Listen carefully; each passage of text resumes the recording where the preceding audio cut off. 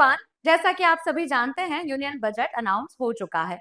इसमें जो social sectors हैं जैसे एजुकेशन, हेल्थ, स्किल डेवलपमेंट, इनको अलोकेशन क्या हुआ है, इनसे रिलेटेड क्या की अनाउंसमेंट्स की गई हैं, इस सब का डिस्कशन हम अभी करने वाले हैं। ये एकमात्र वीडियो है जो आपको देखना है बजट को समझने के लिए, सोशल सेक्टर्स में क्या चेंजेस आने वाले हैं, गवर्नमेंट की क्या प्रायोरिटी है, इन सबको जानने के लिए। बेसिकली हम एजुकेशन, स्किल डेवलपमेंट, हेल्थ और विमेन से रिलेटेड इनिशिएटिव्स या अनाउंसमेंट जो हुए हैं उसके बारे में हम बात कर रहे हैं।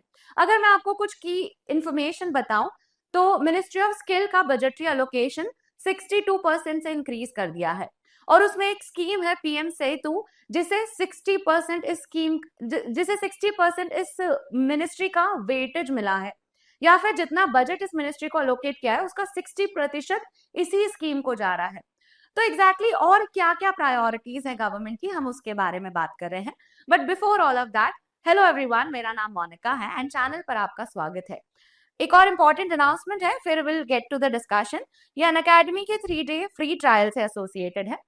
आपको 3 दिन के लिए यानी कि 1 फरवरी से 3 फरवरी तक पूरा अनअकैडमी का प्लेटफॉर्म फ्री में एक्सेसिबल है। यानी कि आपको किसी भी टीचर का लेक्चर देखना है, कोई भी नोट्स डाउनलोड करने हैं तो this is the time.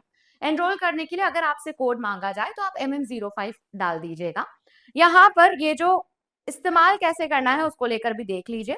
For example, आपको मेरे से रिलेटेड कोर्सेज चेक करने हैं कि मैम कैसा पढ़ाती हैं या फिर मैम के नोट्स हमें मिल जाए तो अच्छा रहेगा। तो आप क्या करना, आपसे गोल पूछा जाएगा कि यूपीएससी सीएसई प्रीलिम्स का गोल है, जनरल स्टडीज का गोल है, ऑप्शनल का गोल है, ऐसे आपको गोल बताना रहेगा। जो भी गोल आपका है उसमें आप जो एजुकेटर को ढूंढना चाहते हैं उसका नाम सर्च कर दीजिएगा। हियर जैसे आपने मोनिका मानधनिया सर्च किया तो ऐसा कुछ आपको इंटरफेस मिलेगा जिसमें कौन से ऑनगोइंग कोर्सेज है ये चेक करने, तो कोर्सेज में जाके लेटेस्ट पे क्लिक कर देना। फ्री क्लासेस देखनी है तो वो तो आप ऐसे भी देख सकते हैं, अभी जो अपॉर्चुनिटी है आप उसमें पेड कोर्सेज ज्यादा एक्सप्लोर कीजिएगा। बट अगर आपको फ्री क्लासेस भी देखनी है तो आप यहाँ पर एक्सप्लोर कर सकते हैं।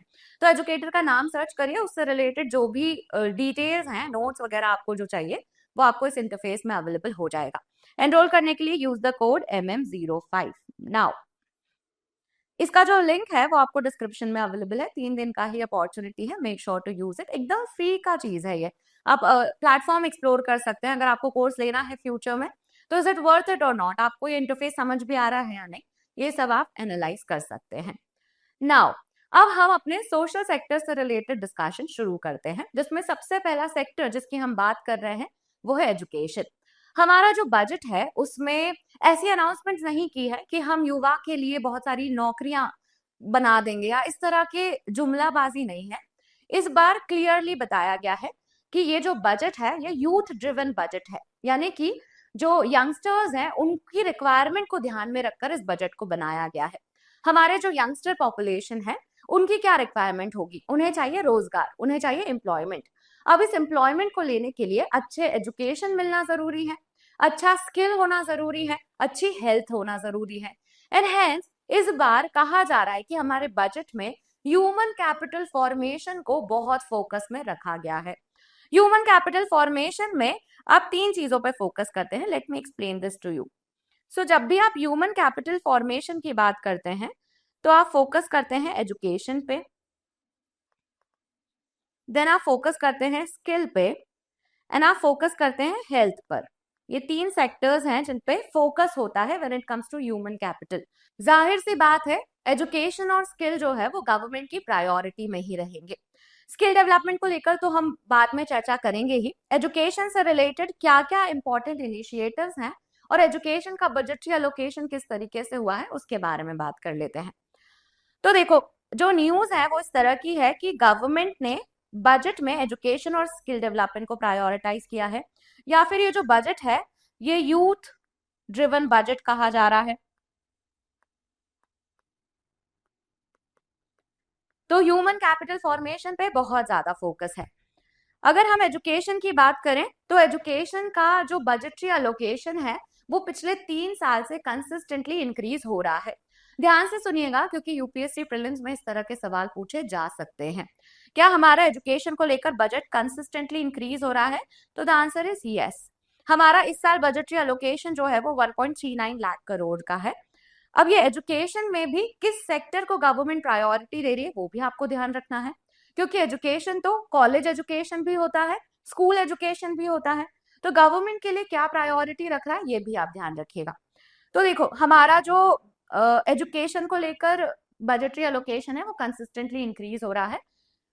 अभी जो हमारा रेकमेंडेड लेवल है उतना हम नहीं अलोकेट कर पा रहे हैं।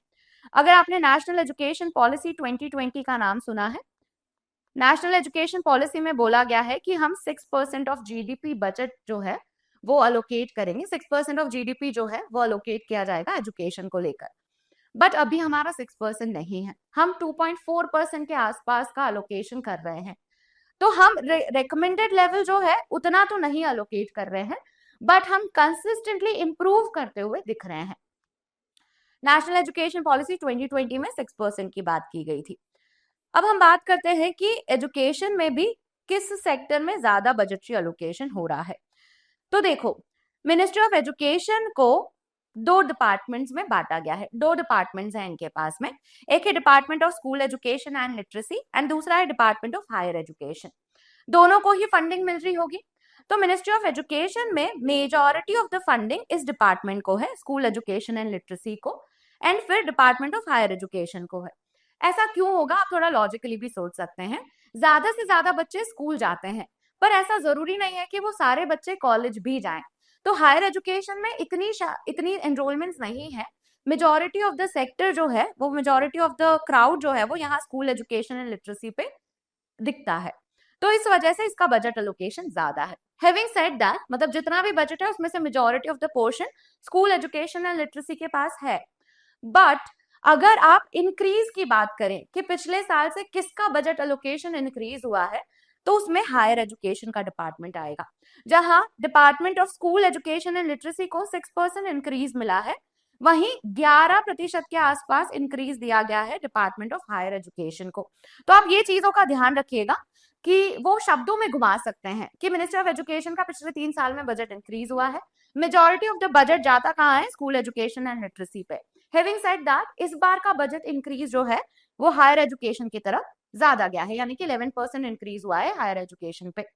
तो दिस इज द इंपॉर्टेंट की पॉइंट्स। अब हम अनाउंसमेंट्स देखेंगे कि किन चीजों पर फोकस किया गया है, क्या क्या मेजर अनाउंसमेंट्स की गई है मिनिस्ट्री ऑफ एजुकेशन या फिर एजुकेशन सेक्टर को लेकर इन जनरल। तो सबसे पहली अनाउंसमेंट है, या फिर सबसे पहला जो प्रॉब्लम है हमारी एजुकेशन को लेकर वो ये है कि पढ़े लिखे लोगों को भी नौकरी नहीं मिल रही है। उनके पास वो रिक्वायर्ड स्किल नहीं है जिससे इंडस्ट्री उन्हें हायर कर ले, या फिर हमारा करिकुलम शायद आउटडेटेड है जिस वजह से हमारे जो लोग हैं जो पढ़े लिखे हैं वो भी जॉब्स नहीं सिक्योर कर पा रहे। तो गवर्नमेंट चाहती है कि वो इस चीज को करेक्ट करे। तो उसमें वो फोकस ये कर रही है कि जो भी इंडस्ट्रीज को जरूरत है हम वही पढ़ें, जो भी इंडस्ट्रीज की जरूरत है या फिर अभी आने वाले सालों में जो जरूरतें आएंगी हम उन पर ज्यादा फोकस करें। और यही सारी चीजें हमें एजुकेशन में भी देखने को मिल रही हैं। जो भी की इनिशिएटिव्स अनाउंस किए हैं उसमें आप याद रखिएगा कि यूथ को जो भी पढ़ाया जाए उससे जॉब लग सके, ऐसा वाला इनिशिएटिव है।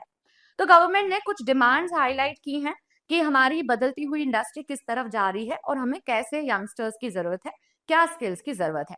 तो सबसे पहला अनाउंसमेंट है कि 5 यूनिवर्सिटीज बनानी है, 5 यूनिवर्सिटी टाउनशिप्स बनानी है मेजर इंडस्ट्रियल लॉजिस्टिक्स हब के पास में। तो वो एरिया जहाँ पे इंडस्ट्रियलाइजेशन ज्यादा है, जहाँ पे इंडस्ट्रीज ज्यादा है, जहाँ पर इंफ्रास्ट्रक्चर डेवलपमेंट भी ज्यादा है, उन एरियाज के आसपास यूनिवर्सिटी टाउनशिप्स खोली जाएगी। अब यूनिवर्सिटी टाउनशिप्स का मतलब होता है ऐसे क्षेत्र जहां पर यूनिवर्सिटी के कॉलेजेस होंगे, रिसर्च इंस्टीट्यूट्स होंगे, ये सारी चीजें होंगी। अब इससे फायदा क्या होगा आप समझिए, क्योंकि ये इंडस्ट्रीज के पास में है तो हैंड्स ऑन प्रैक्टिस वगैरह भी अवेलेबल हो सकती है, डिमांड्स इंडस्ट्रीज की सरकार पता कर सकती है। इस तरह का इनिशिएटिव है कि 5 यूनिवर्सिटी टाउनशिप्स जो है वो खोले जाएंगे। दूसरा जो इनिशिएटिव है वो भी इसी प्रायोरिटी को लेकर है कि हम एजुकेशन को एम्प्लॉयमेंट से अलाइन कर पाए। तो एक हाई पावर्ड कमिटी बनाने की बात की है, education to employment and entrepreneurship. ये कमिटी क्या है कि एजुकेशन से हम एम्प्लॉयमेंट और एंटरप्राइज तक का सफर तय कर पाए, यूथ को हम एम्प्लॉयमेंट इंश्योर कर पाए, ये वाला इनिशिएटिव है। तो इस स्टैंडिंग कमिटी में विकसित भारत बनने का विजन ध्यान में रखकर आपको क्या क्या रिक्वायरमेंट्स है वो आइडेंटिफाई करना है। फॉर एग्जाम्पल आर्टिफिशियल इंटेलिजेंस के चलते अब कैसे हमें क्या चीजें सिखानी चाहिए, कौन सी स्किल्स हमें जनरेट करनी चाहिए, हमारे करिकुलम में क्या चेंजेस आने चाहिए, ये सब चीजों के बारे में ये कमेटी बताएगी। तो करिकुलम डिजाइन करने में, इंडस्ट्रीज को लेकर क्या डिमांड्स हैं वो डिजाइन करने में ये कमेटी हमारी मदद करेगी। तो इसका भी अनाउंसमेंट बजट में किया गया। तीसरा जो है वो है कंटेंट क्रिएटर लैब्स बनाने का अनाउंसमेंट। अब इसको लेकर लोग बड़ा ऐसे वीडियोस बना रहे हैं कि हमारी सरकार तो रील बनाने पे फोकस कर रही है, या फिर सबको कोशिश करी जा रही है कि सभी रील बनाकर जीवन यापन करें। ऐसा नहीं है। देखिए, हमारे यहाँ पर हमारी गवर्नमेंट ऑरेंज इकोनॉमी के बारे में बहुत बात करती है। ऑरेंज इकोनॉमी वैसी इकोनॉमी है जो कंटेंट क्रिएटर्स ड्राइव करते हैं। इसमें सिर्फ रील्स बनाना ही नहीं आता, इसमें animation, video clips, video editing, ये सारी स्किल्स भी इन्वॉल्व है। तो एक टर्म सरकार ने इस बार मेंशन की है जो है एवीजीसी, जिसमें एनिमेशन, विजुअल इफेक्ट्स, गेमिंग और कॉमिक्स, इन सेक्टर्स पे गवर्नमेंट चाहती है कि यूथ फोकस करे।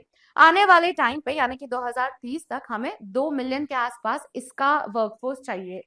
तो इस वजह से our youth should be ready. तो 2030 की जो रिक्वायरमेंट है उसको फुलफिल करने के लिए कंटेंट क्रिएटर लैब्स बनाने का बोला गया है। और इसमें मदद कौन करने वाला है, आप ये भी ध्यान रखिएगा।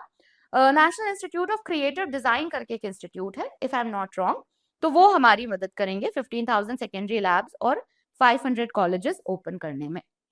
तो दिस इज द इनिशिएटिव जो अनाउंस किया गया है। एवीजीसी सेक्टर आप ध्यान रखिएगा। नेक्स्ट जो इनिशिएटिव है वो है नेशनल इंस्टीट्यूट ऑफ डिजाइन।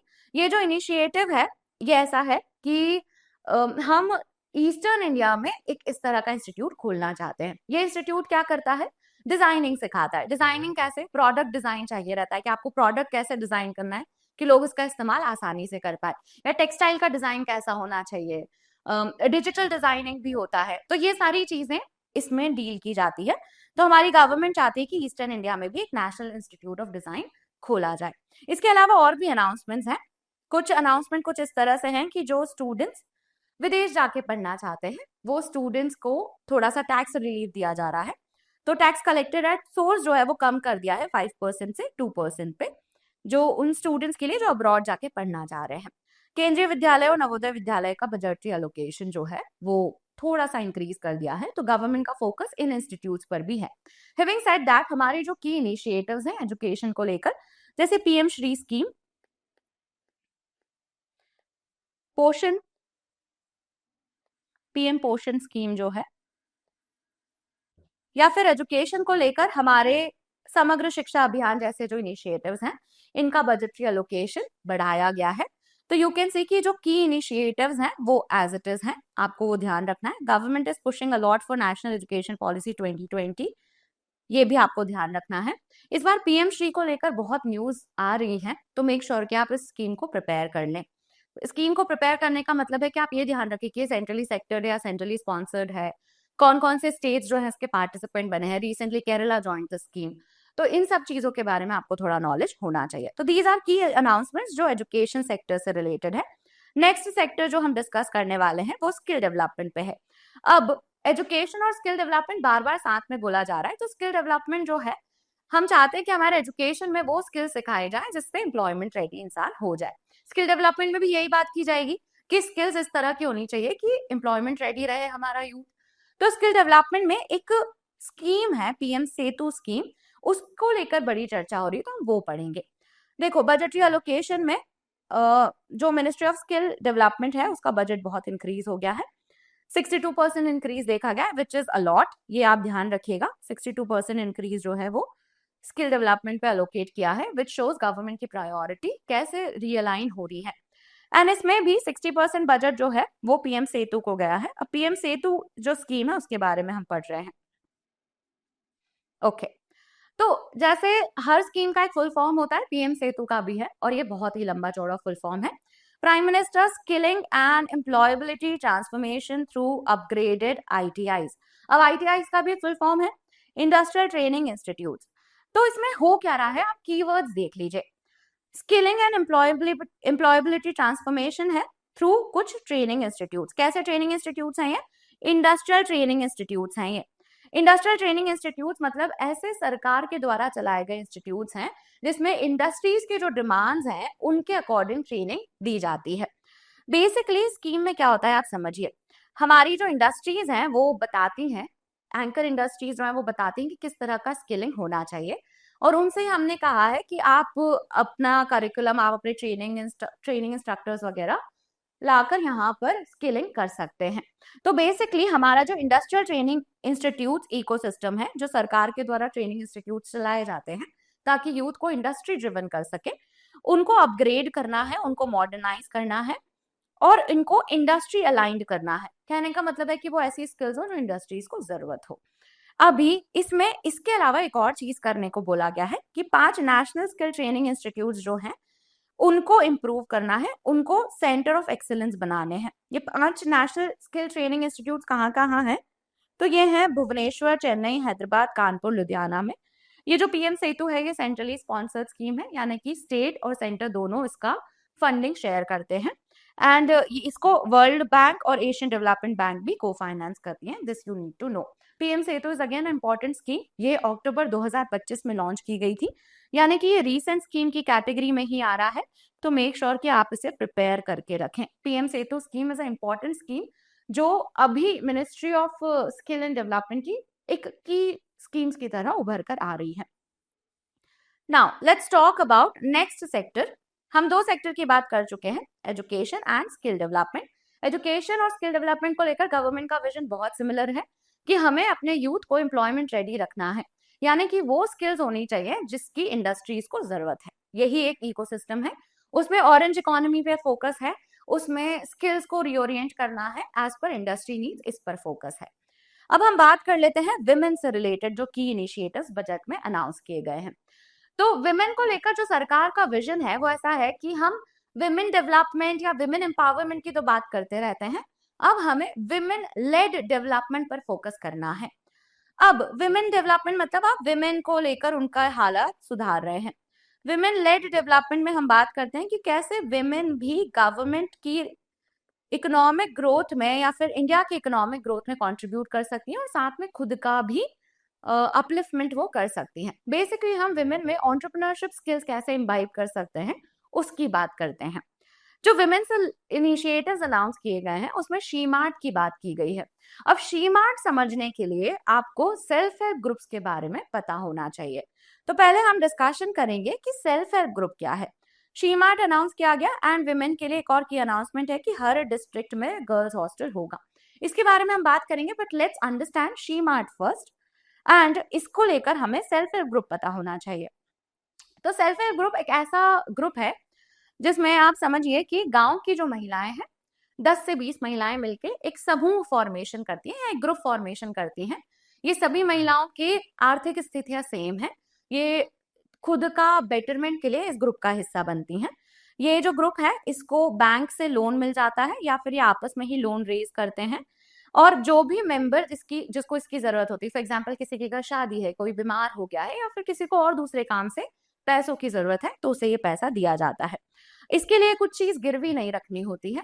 आप ये जो आपस में लोग हैं ना यहाँ पर, ये एक दूसरे को जानते हैं, तो ये इंश्योर करते हैं कि जो भी पैसा ले वो वापस दे। तो इस तरीके से self help group social capital पे काम करता है, आपस में जो लोग जानते हैं एक दूसरे को उसके बेसिस पे काम करता है। अब इस सेल्फ हेल्प ग्रुप की जब हम बात करते हैं तो सरकार ने ये ग्रुप्स तो बनवाए, इनको क्रेडिट भी दिलवाया, पर सरकार ने एक और योजना शुरू की थी, ये अभी भी चल रही है वो, जिसका नाम है लखपति दीदी। अब इसमें क्या है, फॉर एग्जाम्पल ये विमेन है, आप ध्यान से समझिएगा मैं आपको क्या बताना चाह रही हूँ। फॉर एग्जाम्पल ये विमेन है और आपको पता सेल्फ हेल्प ग्रुप में सबको पता है कि ये अगरबत्ती मेकिंग का काम करते हैं, अगरबत्ती बनाती हैं, और इनको अपना एम्प्लॉयमेंट बेटर करने के लिए सरकार से या फिर कहीं से कोई लोन मिल जाए तो ये और बेहतर कर सकते हैं। मतलब इनमें ये वाली स्किल है और इसको रिक्वायर लोन अगर मिल जाए या क्रेडिट मिल जाए तो ये अच्छा कर लेंगी। तो लखपति दीदी स्कीम में गवर्नमेंट क्या करती है, ऐसी विमेन को आइडेंटिफाई करती हैं जो ये इस तरह के पोटेंशियल रखती हैं एंड गवर्नमेंट उन्हें रिकॉग्नाइज करती है जिनकी फैमिली इनकम 1 लाख से ज्यादा है। फैमिली इनकम जो है एनुअली वो 1 लाख से ज्यादा है। कहने का मतलब है कि वो विमेन जो फाइनेंशियल सस्टेनेबिलिटी अचीव कर चुके हैं उनको आइडेंटिफाई किया जाता है। अब ऐसे में सारी विमेन तो नहीं होंगी, तो वो आइडेंटिफाई करते हैं कि जिनमें पोटेंशियल है, जो कर सकती है, उन्हें और ज्यादा बूस्ट किया जाता है ताकि ये और एम्पावरमेंट की तरफ जाएं। फॉर एग्जाम्पल, ये विमेन है, अगरबत्ती अच्छा बनाती है, गवर्नमेंट इनको क्रेडिट देंगी, तो शील बी लखपति दीदी सून।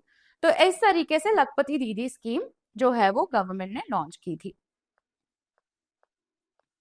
अब सरकार कह रही है इस बजट में कि लखपति दीदी स्कीम की सक्सेस को देखते हुए हम एक नया इनिशिएटिव अनाउंस कर रहे हैं जिसका नाम है शी मार्ट। अब इस इनिशिएटिव में क्या है आप समझिए। ये जो लखपति दीदी हैं या फिर ऐसे सेल्फ हेल्प ग्रुप के जो मेंबर्स हैं, इनके पास प्रोडक्ट है, पर एट टाइम्स जो मार्केटिंग चाहिए रहती है इन प्रोडक्ट को, या फिर जो ब्रांडिंग चाहिए रहती है इन प्रोडक्ट को, जो पैकेजिंग चाहिए रहती है, वो सब ये नहीं कर पाते। तो इसीलिए शी मार्ट करके एक ऐसे रिटेल शॉप्स जैसा खोला जाएगा जहां पर इनके प्रोडक्ट्स बेचे जाएंगे। और ये किसी इंडिविजुअल का मार्केट या शॉप नहीं है, ये कम्युनिटी ओन्ड मार्केट शॉप है, या कम्युनिटी ओन्ड जो है ये शॉप है। बेसिकली शी मार्ट जो है, ये इसका फुल फॉर्म है सेल्फ हेल्प एंटरप्रेन्योर मार्ट्स।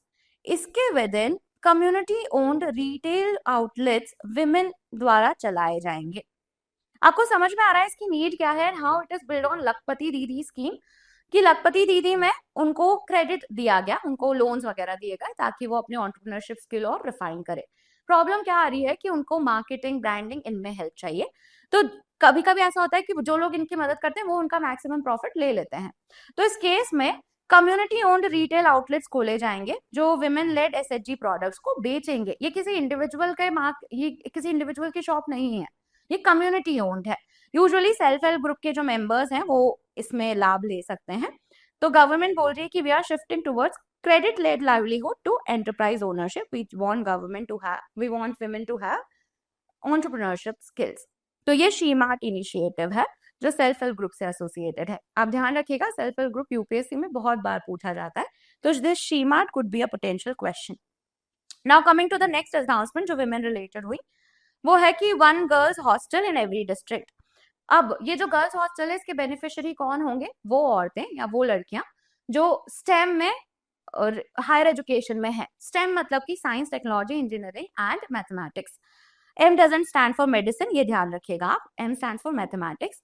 तो स्टेम में सरकार का ऐसा कहना है कि इनकी लैब्स और इनके प्रोग्राम्स ऐसे होते हैं जिसमें यूनिवर्सिटी कैंपस वगैरह में ज्यादा ठहरने को हो सकता है, और इन्हें बहुत ज्यादा प्रोलॉन्ग्ड आवर्स होते हैं, इनके लंबे आवर्स होते हैं। तो इस वजह से गवर्नमेंट ने बोला कि हम हॉस्टल फैसिलिटी देंगे एवरी डिस्ट्रिक्ट में to boost higher education specially for women. तो एक girls hostel in every district announce किया गया है, again a good initiative. Now coming to the last sector जो हमें डिस्कस करना है, हम education, women and skill development discuss कर चुके हैं, हम हेल्थ से रिलेटेड डिस्कशन करेंगे। एंड हेल्थ से रिलेटेड क्या इंपॉर्टेंट अनाउंसमेंट हुई है उसके बारे में हम बात करेंगे। तो हेल्थ का जो बजट अलोकेशन है वो देख लो, और हेल्थ से रिलेटेड क्या अनाउंसमेंट हुई है उसके बारे में हम बात करते हैं। तो करीब 1.06 लाख करोड़ रुपीस अलोकेट किए गए हैं हेल्थ को, और इसमें क्या क्या अनाउंसमेंट्स हैं वो ध्यान रखना है। देखो, कुछ सेक्टर्स हैं जिन पे गवर्नमेंट बहुत फोकस करती है, जैसे आयुष, जो आयुर्वेदा, योगा, इनसे रिलेटेड सेक्टर है, मिनिस्ट्री ऑफ आयुष का बजटरी अलोकेशन गवर्नमेंट ने इंक्रीज कर दिया है। हेल्थ की अगर हम बात करें तो गवर्नमेंट ने फार्मेसी को लेकर भी बहुत फोकस किया है। गवर्नमेंट का ऐसा मानना है कि हम मेडिसिन का रिसर्च और डेवलपमेंट बहुत ज्यादा करेंगे ताकि हम ग्लोबल सप्लायर के फॉर्म में इमर्ज हों।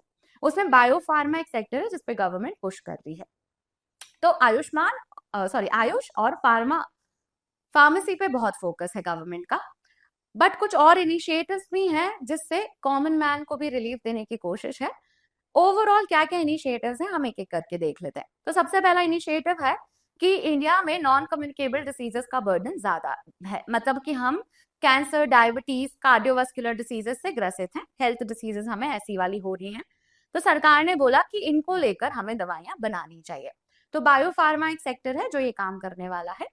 पहले हम एक एक करके बात करते हैं, क्योंकि अब कैंसर का बर्डन भी बढ़ रहा है, तो सरकार ने कस्टम ड्यूटी से एक्सेम्प्ट कर दिया है 17 कैंसर रिलेटेड ड्रग्स को। ये जो ड्रग्स हैं उनका लिस्ट आप यहाँ देख सकते हैं, these are the name of the drugs जिनको रिलीज किया गया है कस्टम ड्यूटी से। ये 17 ड्रग्स हैं जिनके नाम है नाउ दूसरा इनिशिएटिव जो है, तो जो लोग कह रहे हैं ना कि कैंसर का ट्रीटमेंट सस्ता हो जाएगा, इट्स बिकॉज ऑफ दैट, क्योंकि सरकार ने कस्टम ड्यूटी हटा दी है। दूसरा जो इनिशिएटिव है वो बायोफार्मा सेक्टर से रिलेटेड है। बायोफार्मा क्या होता है ये समझो। हमारी जो मेडिसिन हैं कुछ तो केमिकल्स को मिक्स करके बन जाती हैं और कुछ में हम लिविंग ऑर्गेनिजम्स का इस्तेमाल करते हैं, जैसे बैक्टीरिया, ईस्ट या फिर ह्यूमन सेल्स का इस्तेमाल करते हैं। तो जिसमें लिविंग ऑर्गेनिज्म का इस्तेमाल करते हैं उन्हें बायोफार्मा कहते हैं या फिर उन्हें बायोलॉजिकल मेडिसिन कहा जाता है। अब क्योंकि इसमें लिविंग सेल्स का इस्तेमाल होता है तो इनको लेकर ज्यादा रिसर्च लगती है। तो हमारी सरकार ने 10,000 करोड़ का इन्वेस्टमेंट अनाउंस किया है बायोफार्मा सेक्टर के लिए अगले 5 सालों में। ये जो दवाइयां हैं इसमें कैंसर का ट्रीटमेंट, डायबिटीज के ट्रीटमेंट के लिए ये ज्यादा इस्तेमाल होती है। तो हमारा जो नॉन कम्युनिकेबल डिसीज का बर्डन है वो इसमें हम काउंटर करेंगे। नेक्स्ट जो प्रोग्राम है, अब इसमें भी देखो इंपॉर्टेंट चीज है। आपको ये पता होगा कि इंडिया जो है वो डेमोग्राफिक ट्रांजिशन पीरियड में है, यानी कि हमारे जो बूढ़े लोगों की संख्या है वो आने वाले सालों में ज्यादा होगी। क्यों होगी ज्यादा, या उनका नंबर इंक्रीज क्यों होगा? क्योंकि हमारी फर्टिलिटी रेट कम है, अब लोग कम बच्चे पैदा कर रहे हैं। एंड दूसरा कारण है लाइफ एक्सपेक्टेंसी का इंक्रीज होना, अब लोग ज्यादा जीते हैं। तो एक एस्टिमेट है जो सरकार बार बार बताती है कि 2025 तक इंडिया की 20% of population will be 60 years and above. अब ये जो पॉपुलेशन है इसको लेकर सरकार को तैयारी भी करनी पड़ेगी, क्योंकि जो बूढ़े लोग हैं उनकी रिक्वायरमेंट्स होती हैं कि बुढ़ापे में बहुत सारी डिसेबिलिटीज आ जाती है, दिखाई कम देता है, सुनाई कम देता है, चलना फिरना इतना आसानी से नहीं हो पाता। तो सरकार has to be prepared for this. Health भी ऐसा होना चाहिए कि इन लोगों की मदद की जा सके। तो सरकार इस डिमांड को भी केटर कर रहा है और इसमें जेरियाट्रिक केयर जो वर्ड है वो इस्तेमाल किया गया है। जेरियाट्रिक केयर मतलब बूढ़े लोगों की केयर के लिए सरकार चाहती है कि ऐसे केयर गिविंग प्रोफेशनल्स हो जो अवेलेबल हो इन लोगों की मदद करने के लिए। एंड इसी को मतलब सरकार ने ऐसा बोला कि नेशनल स्किल क्वालिफिकेशन फ्रेमवर्क के विद इन वो ट्रेन करेंगे बहुत सारे केयर गिवर्स को। तो उसमें कोर केयर गिविंग की चीजें तो आनी ही चाहिए, साथ में वेलनेस से रिलेटेड, योगा से रिलेटेड ट्रेनिंग भी ये देंगे। एक और चीज जो की अनाउंसमेंट इस बजट में की गई वो है अलाइड प्रोफेशनल्स को लेकर। तो देखो कुछ तो डॉक्टर्स और नर्सेस होते हैं हेल्थ केयर में, एंड कुछ अलाइड हेल्थ केयर प्रोफेशनल्स होते हैं, जैसे कि जो आपका डायग्नोसिस करते हैं, जो मशीन्स वगैरह चलाते हैं, रेडियोलॉजिस्ट हो गए, ये लोग जो है, या फिर जो फिजियोथेरेपी वगैरह देते हैं, ये अलाइड हेल्थ केयर प्रोफेशनल्स की कैटेगरी में आते हैं। इनका भी नंबर सरकार बढ़ाना चाहती है। क्यों? क्योंकि डॉक्टर्स और नर्सेस पे बहुत प्रेशर है, तो ये कहीं ना कहीं इनका भी नंबर बढ़ाना चाहती है। अलाइड हेल्थ प्रोफेशनल्स पर भी ध्यान है सरकार का, तो इनका नंबर इंक्रीज करना चाहती है। इसके लिए इंस्टीट्यूट्स खुलेंगे और कुछ जो एग्जिस्टिंग इंस्टीट्यूट्स हैं वो अपग्रेड भी होंगे। There are some more announcements which is associated with health sector. इसमें इंडियाज आयुष इकोसिस्टम और स्ट्रॉन्ग करना है। आयुष को हमेशा मिनिस्ट्री एलोकेशन जो है वो ज्यादा मिल रहा है। एंड मेंटल हेल्थ को लेकर भी सरकार इनिशिएटिव ले रही है। गवर्नमेंट हैज रिकॉग्नाइज्ड कि मेंटल हेल्थ एक चैलेंज है इंडिया के लिए भी, तो उसके लिए 2 इंस्टीट्यूट्स नए खुलेंगे, एक रांची में और एक तेजपुर में। तेजपुर जो है वो आसाम में, रांची जो है वो झारखंड में है। एंड एक सेकेंड कैंपस निमहंस का भी खुलेगा नॉर्थ इंडिया में, ऐसा अनाउंसमेंट सरकार ने किया है। मेडिकल सीट्स का नंबर भी इंक्रीज किया है। दीज आर द इनिशिएटिव्स ताकि इंडिया हेल्थ इकोसिस्टम को और बेटर कर सके। बेसिकली जब भी हेल्थ की बात हो तो you always talk about geriatric care, क्योंकि इंडिया की एल्डरली पॉपुलेशन इंक्रीज हो रही है। इसमें गवर्नमेंट का जो विजन है वो इस तरह का है कि आयुष को हमें फोकस करना है, आयुर्वेदा, योगा, इन चीजों पर ज्यादा फोकस करना है। एंड बायोफार्मा सेक्टर पे भी गवर्नमेंट का फोकस है। इसको लेकर आर्टिकल्स मैं देख रही थी, तो एक आर्टिकल मुझे मिला जिसमें बोला गया कि हेल्थ को लेकर जो चीजें हैं उससे मिडिल क्लास को ज्यादा फायदा नहीं हो रहा है, या हमारी जेब पे एक मार ही पड़ रही है, क्योंकि आयुष को लेकर बजटीय एलोकेशन ज्यादा है, बायोफार्मा अगेन रिसर्च ओरिएंटेड है। तो ऐसा कहा जा रहा है कि आउट ऑफ पॉकेट एक्सपेंडिचर, या वो लोग जो हेल्थ केयर को जेब से खर्चा करते हैं, उनको लेकर ज्यादा इनिशिएटिव्स अनाउंस नहीं किए गए और कुछ लोग इससे डिसअपॉइंटेड भी हैं।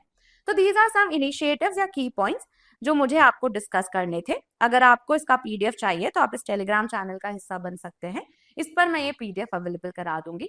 आपके कोई डाउट्स हैं, कोई क्वेरी है, कोई कंसर्न है, तो feel free to reach me out on this Telegram itself, या फिर आप कमेंट में भी बता सकते हैं। अगर आपको इस तरह की इन्फॉर्मेशन पसंद है तो make sure to like the video, and comment में आप अपने विचार भी व्यक्त कर सकते हैं। Thank you everyone for watching and have a great day ahead.